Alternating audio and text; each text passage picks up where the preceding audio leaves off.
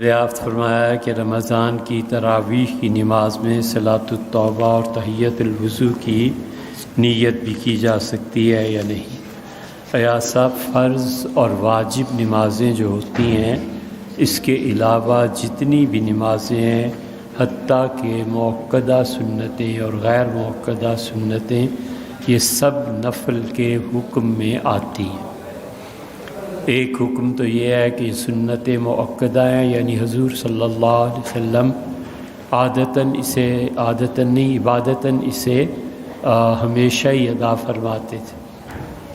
اور ایک حیثیت یہ ہے کہ فرض اور واجب دو نمازوں کے بعد جو بھی نماز ہوتی ہے وہ نفل بھی کہلاتی ہے۔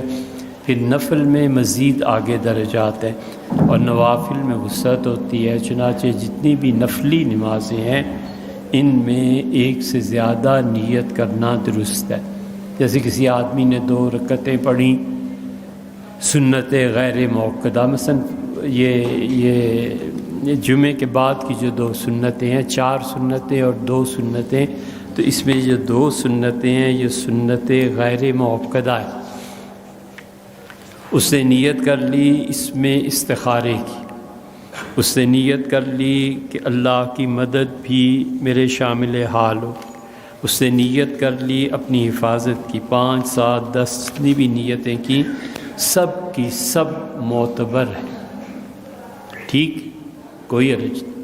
ایک آدمی روزانہ صبح اٹھ کے 2 نفل پڑھتا ہے کہ اللہ یہ 2 رکعتیں پڑھتا ہوں کہ برکتیں عنایت فرما، اللہ اس لیے پڑھتا ہوں کہ فلاں فلاں کام ہے، ان میں کون سا اچھا پہلو ہے جو میرے لیے مستقبل میں بہتر ہے اور خدایا میں وہ کام کروں۔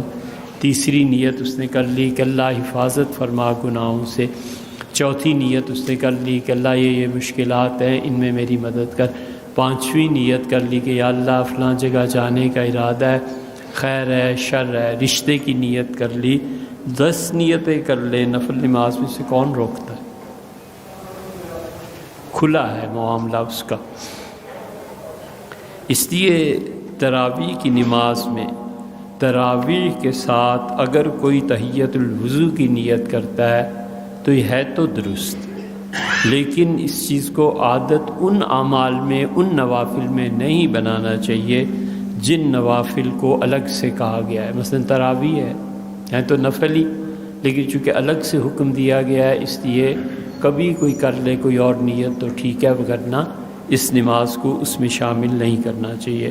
اشراق ہے، چاشت ہے، تراویح ہے، تہجد ہے، یہ تراویح تہجد اشراق چاشت وغیرہ یہ جو نمازیں ہیں ان کی چونکہ مستقل حضور صلی اللہ علیہ وسلم نے حیثیت بنائی ہے تو اس میں یہ عادت نہیں بنانی چاہیے، لیکن اگر کوئی کرتا ہے ایسے تو ٹھیک ہو جائے گا، مگر عادت نہیں بنائی جا سکتی۔